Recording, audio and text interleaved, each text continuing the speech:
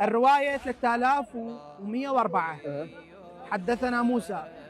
حدثنا موسى بن إسماعيل قال حدثنا جويرية عن نافع عن عبد الله بن عمر طبعا قال قام النبي خطيبا فأشار نحو مسكن عائشة فقال ها هنا الفتنة ثلاثا من حيث يطلع قرن الشيطان.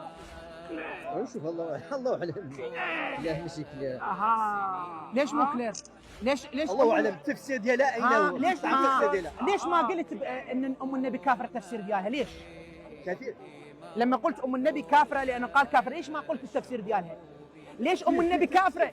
لان فيه ليش تقرا ام النبي كافره وما تقرا ان عائشه قرن الشيطان؟ ليش؟ عائشه قرن الشيطان. واش هذا صحيح البخاري حقيقه؟ ايه لا حبيبي اكتب على الانترنت. ابحث. هذا ما عندي. هم طبعا ماذا يقولون؟ يقولون النبي قال ها هنا على مسكن عائشه نحو مسكن عائشه، بس هو لا يقصد مسكن خلت اتكلم. هذه ضيف التفسير ديالها شيء اخر. هو يقول انه لا يقصد قرن الشيطان عائشه، لا هو يقصد المشرق لان بيت عائشه كان على المشرق. طيب اذا كان يقصد المشرق ليش النبي قال منها هنا مو منها هناك؟ خلي عندك عقل.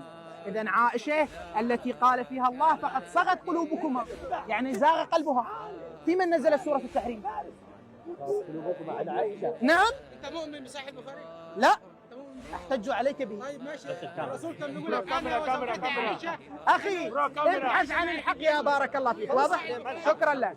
خلاصة القول اخواني، خلاصة القول انا احتج على البخاري، على اتباع عائشه بالبخاري لانهم يعترفون بصحيح البخاري، وهذا حجه علميه. فاذا لم تقبلوا دليلي فعليكم ان تراجعوا دينكم لانه من دينكم هذا. واضح؟ وصلى الله على محمد وآل محمد. اللهم صل على محمد وآل محمد.